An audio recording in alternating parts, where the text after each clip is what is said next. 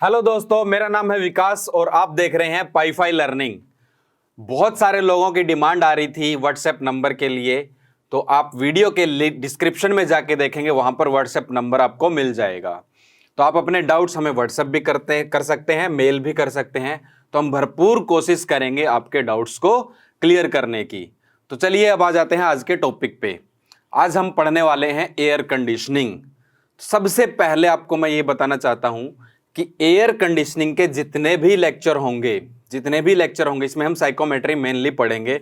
Psychometry पहले पढ़ेंगे, उसके बाद बाकी की चीजें पढ़ेंगे। तो साइकोमेट्री बहुत इंपॉर्टेंट है, हर एग्जाम के लिए बहुत सारे क्वेश्चन आते हैं।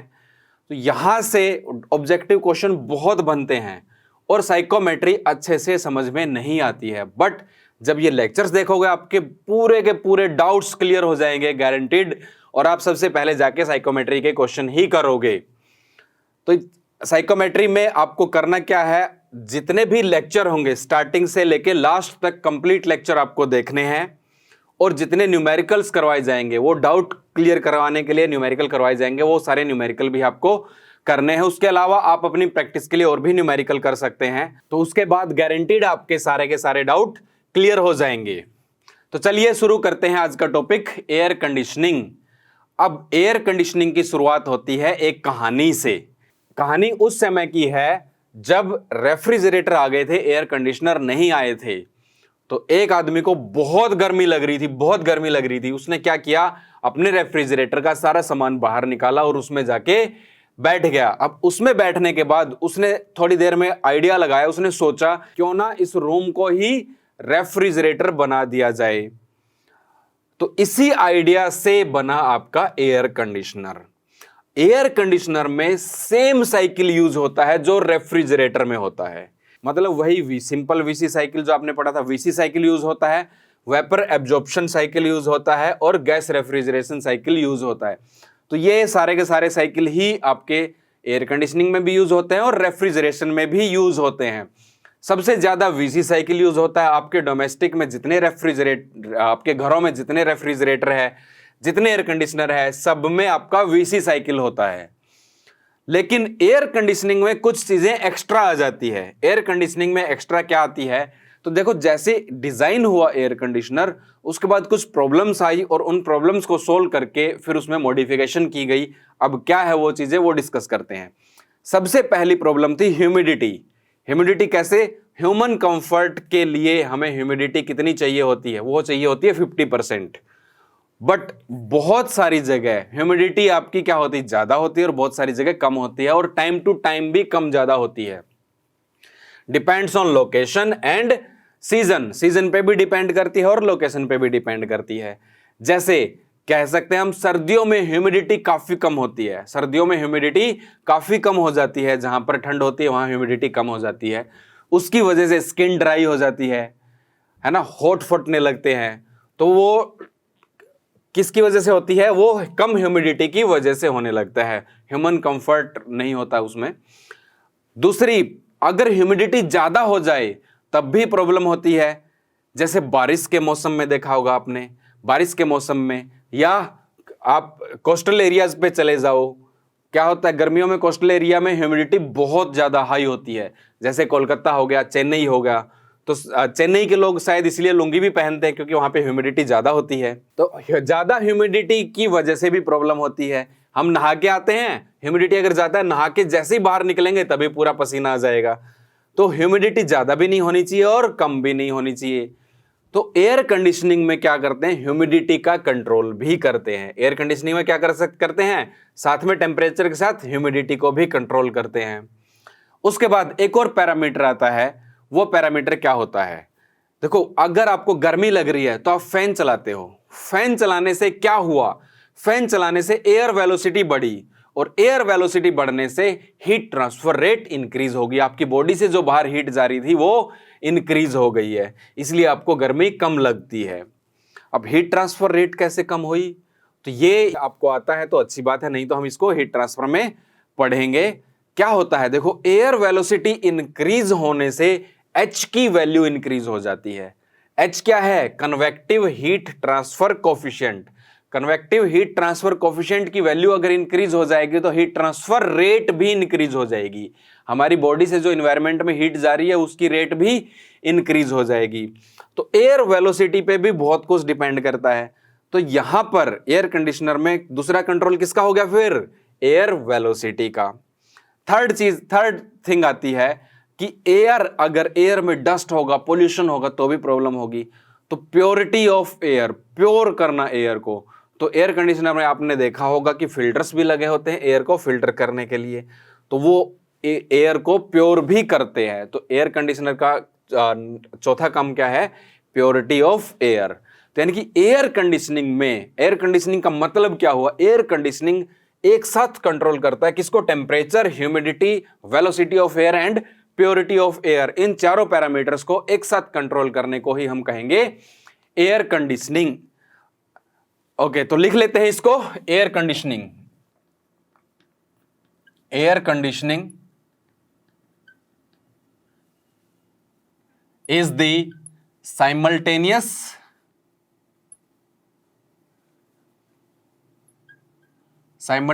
control of किस का था, टेम्परेचर का, कॉमा टेम्परेचर का, दूसरा ह्यूमिडिटी का,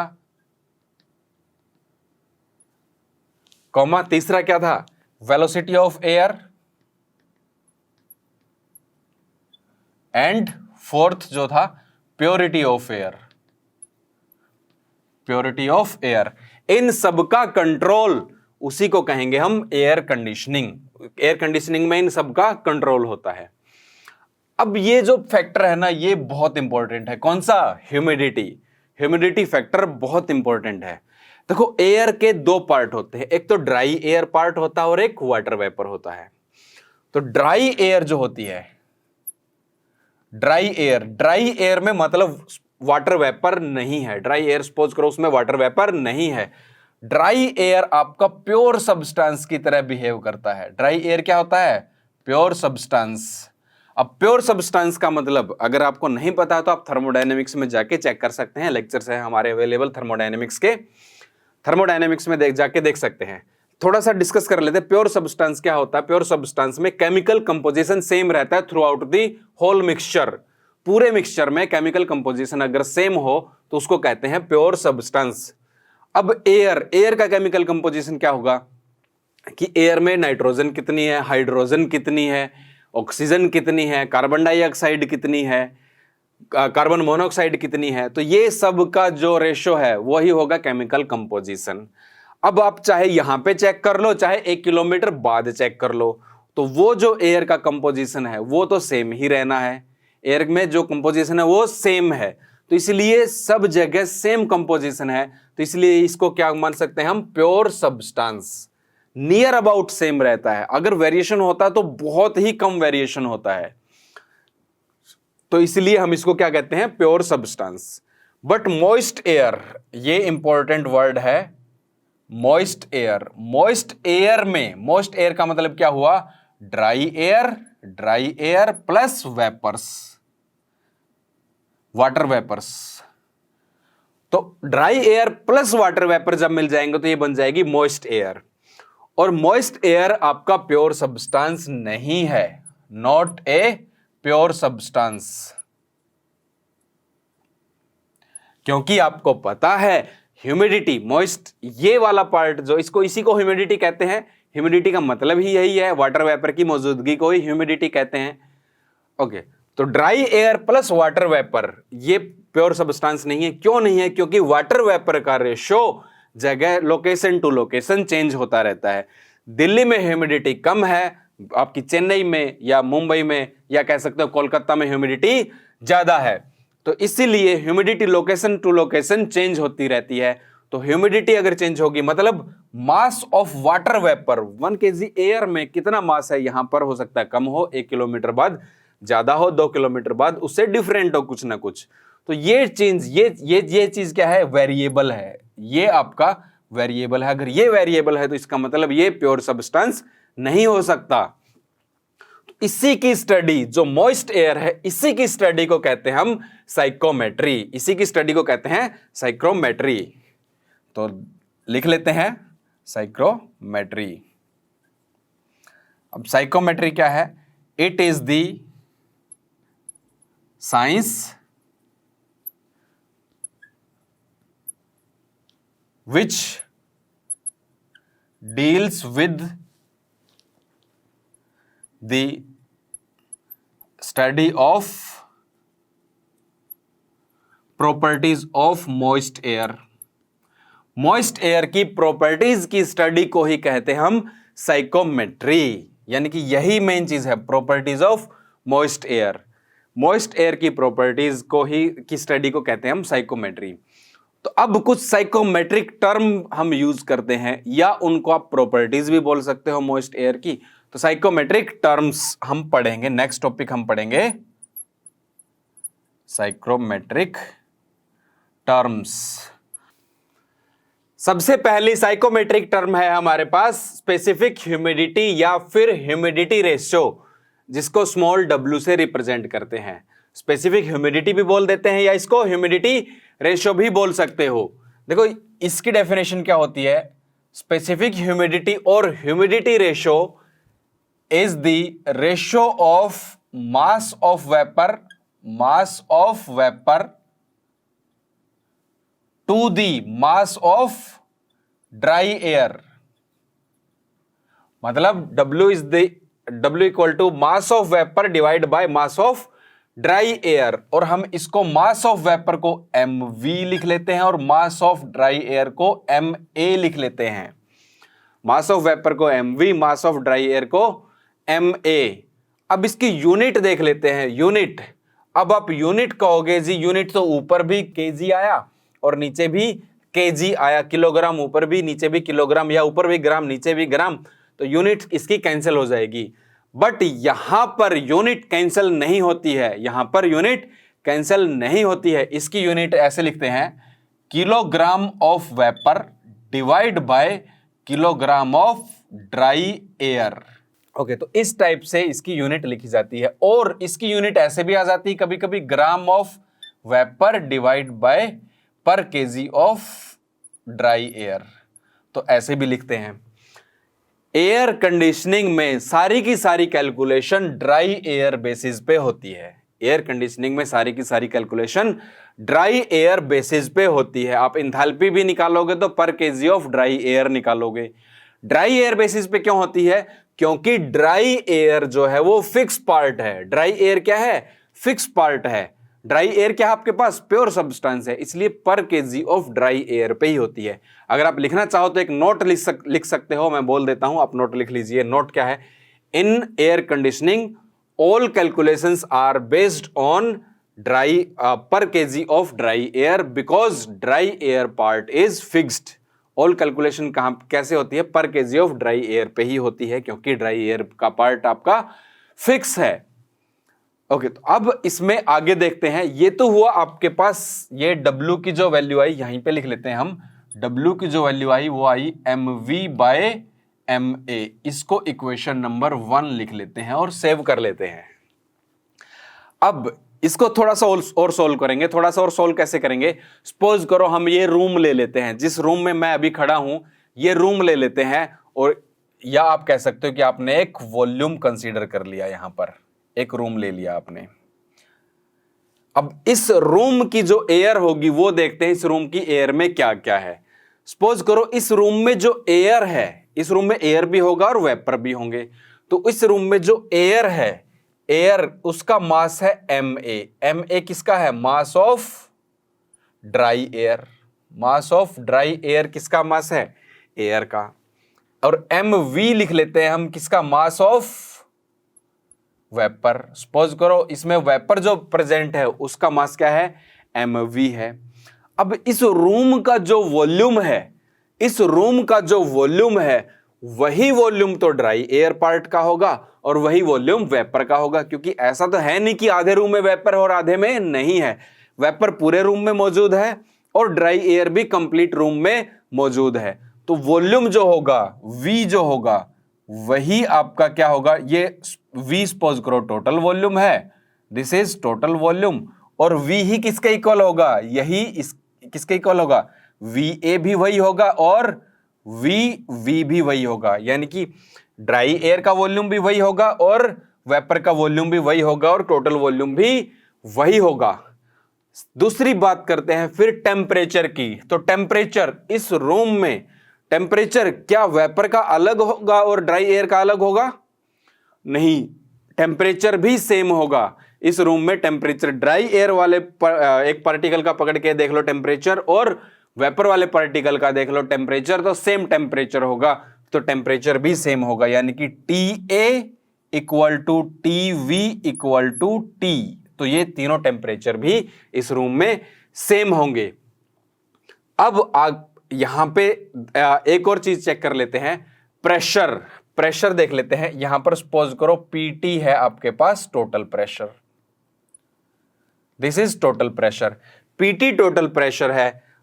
हां, टोटल प्रेशर तो सेम होगा, बट जो प्रेशर में कंट्रीब्यूशन कर रहे हैं वो अलग अलग कर रहे हैं। वेपर अपना कंट्रीब्यूशन कर रहा है और ड्राई एयर अपना कंट्रीब्यूशन कर रहा है, तो दोनों के प्रेशर को अलग अलग लिखेंगे। कैसे? PA लिखेंगे, partial pressure of dry air, ये ड्राई एयर का पार्शियल प्रेशर है, और PV लिखेंगे किसका? पार्शियल प्रेशर ऑफ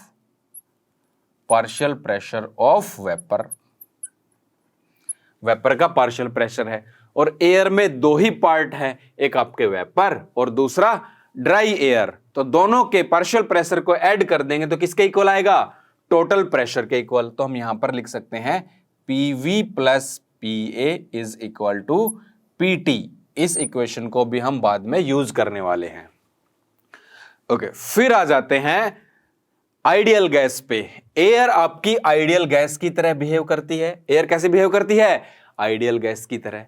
तो हम एयर के लिए लिख लेते हैं, for air ideal gas equation कैसे लिखेंगे?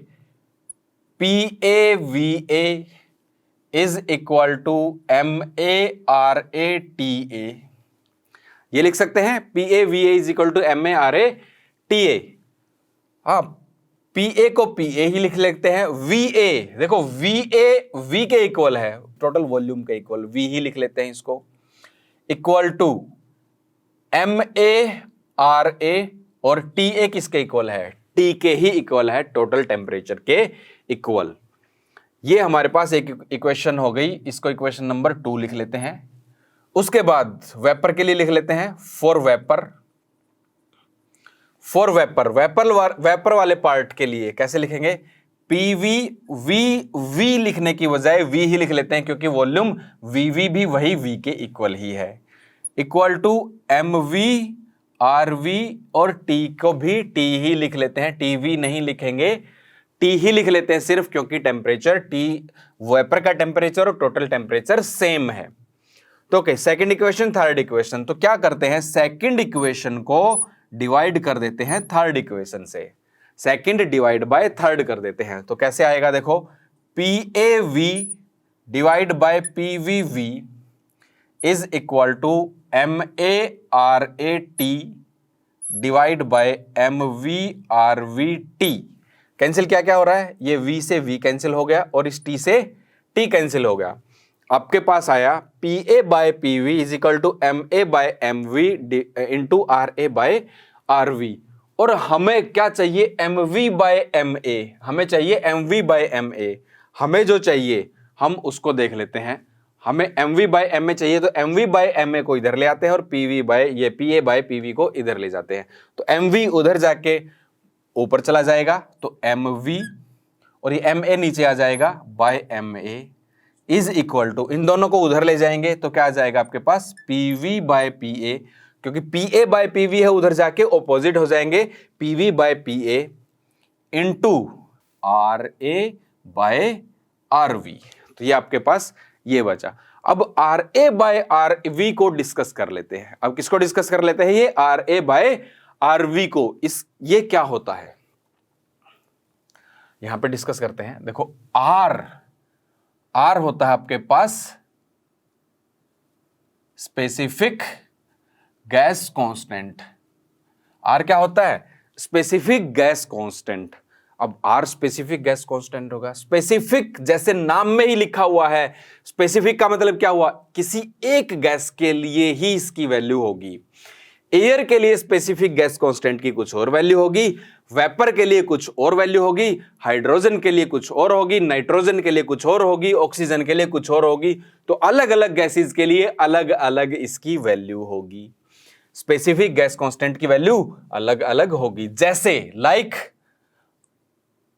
आर एयर के लिए आर की वैल्यू कितनी होती है, 0.287 किलो जूल पर केजी पर केल्विन। ये आपने पढ़ा होगा, आर एयर के लिए आर की वैल्यू ये होती है, लेकिन सबके लिए यही नहीं होती है। तो आर की वैल्यू डिफरेंट गैसेस के लिए डिफरेंट होती है। तो दूसरा कांस्टेंट देखते हैं हम, कौन सा, आर बार। आर बार होता है यूनिवर्सल गैस कांस्टेंट। आर बार होता है आपके पास यूनिवर्सल गैस कांस्टेंट। और आर बार की वैल्यू यूनिवर्सल, नाम में लिखा हुआ यूनिवर्सल, मतलब यूनिवर्स में कहीं भी चले जाओ इसकी वैल्यू सेम रहेगी, इसकी वैल्यू चेंज नहीं होगी। तो हर गैस के लिए इसकी वैल्यू कांस्टेंट रहेगी। तो एक्चुअल वाला कांस्टेंट ये है यूनिवर्सल गैस कांस्टेंट, और इसकी वैल्यू होती है 8.314 जूल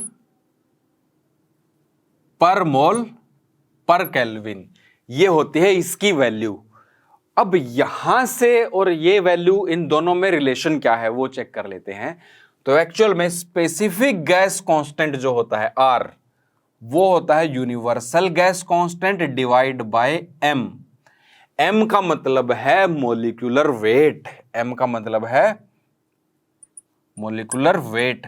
और मोलिकुलर वेट हर सब्सटेंस का अलग अलग होता है, मोलिकुलर वेट हर किसी का अलग अलग होता है। जैसे एयर के यहां पर लिख लेते हैं हम कैपिटल एम ऑफ एयर का मोलिकुलर वेट होता है 28.9 और इसकी यूनिट होती है ग्राम पर मोल। और वाटर, इसका वेपर का मोलिकुलर वेट तो वही होगा ना जो वाटर का है, क्योंकि वेपर किससे बने हैं, वाटर से बने हैं। तो वेपर का जो मोलिकुलर वेट होता है वो होता है 18 ग्राम पर मोल। इसको 28.9 जो होता है, इसको 29 भी लिख लेते हैं, तो उसमें टेंशन लेने की जरूरत नहीं है। आप 29 लिखो या 28.9 लिखो, एक ही बात है। ओके, ये वैल्यू होती है। अब यहां से एयर वाले को देख लेते हैं। अगर आर आपको एयर का निकालना है तो क्या करोगे, R bar by M A. इसको क्या करोगे, R bar by M A. और इसकी वैल्यू आपको अगर निकालनी है, आर बार की वैल्यू कितनी है, 8.314 डिवाइड बाय ये मास ऑफ एयर कर दो, आपके पास ये आ जाएगी 0.287।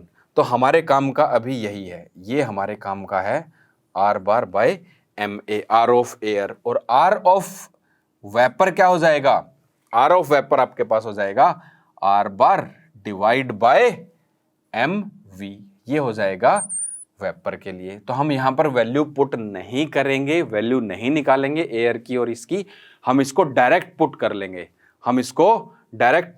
ये एम है ना, स्मॉल एम नहीं लिखेंगे इसको लिखेंगे कैपिटल एम। कैपिटल एम का मतलब मोलिकुलर वेट, और यहां पर जो स्मॉल एम लिखा हुआ है इसका मतलब mass of vapour, mass of air. और यहां पर कैपिटल एम का मतलब मोलिकुलर मास ऑफ वेपर और मोलिकुलर मास ऑफ एयर। हाँ, ये मैं कह रहा था आपको, ये वैल्यू आप अगर निकालना चाहो तो निकाल सकते हैं। मैं आपको दिखा देता हूं आर ऑफ एयर को कैसे निकालेंगे।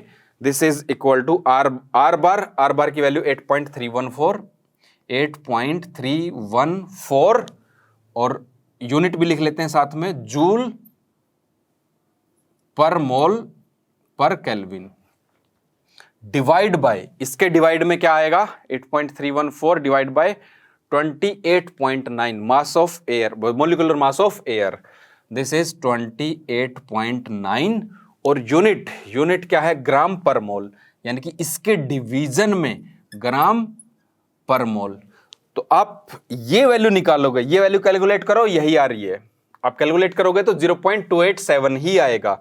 यूनिट चेक करवा देता हूं मैं आपको, मोल से मोल कैंसिल हो जाएगा, मोल से मोल कैंसिल हो जाएगा, तो यहां पर बचा जूल, यहां पर ऊपर बचा जूल, और ये ग्राम है, डिवीजन में आ जाएगा, जूल पर ग्राम और पर केल्विन। अब ऊपर भी 1000 से डिवाइड कर दो, नीचे भी 1000 से, सॉरी ऊपर भी 1000 से मल्टीप्लाई कर दो, नीचे भी 1000 से मल्टीप्लाई कर दो, तो 1000 जूल किलो जूल हो जाएगा, 1000 ग्राम किलोग्राम हो जाएगा। तो जूल पर ग्राम पर केल्विन लिखो या किलो जूल पर केजी पर केल्विन लिखो, एक ही बात है।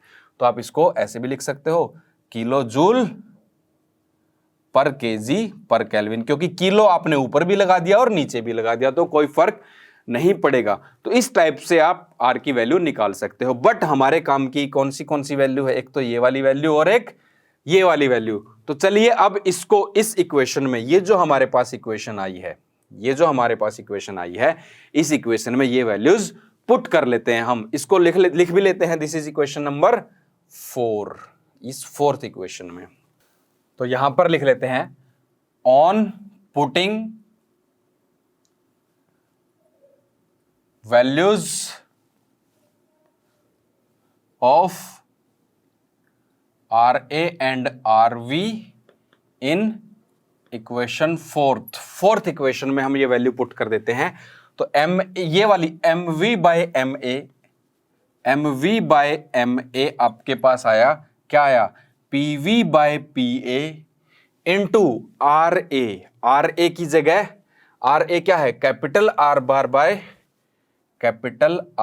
बाय MA डिवाइड बाय, इसके डिवीजन में क्या करना हमें, RA डिवाइड बाय RV, और RV क्या है, R bar by MV, capital MV, R bar by capital MV। इस R बार से R बार कैंसिल हो जाएगा, ये डिवीजन में है, और MV आपका ऊपर चला जाएगा। और ये इसको क्या लिख सकते हैं हम, W, इसको क्या लिख सकते हैं, W। यहां से इक्वेशन नंबर 1 से MV बाय MA को लिख सकते हैं W। तो W is equal to PV by PA, W is equal to PV by PA, MV capital MV ऊपर चला जाएगा और नीचे आ जाएगा कैपिटल MA। और MV molecular mass of vapour कितना है, 18, इसकी वैल्यू हम पुट कर देंगे।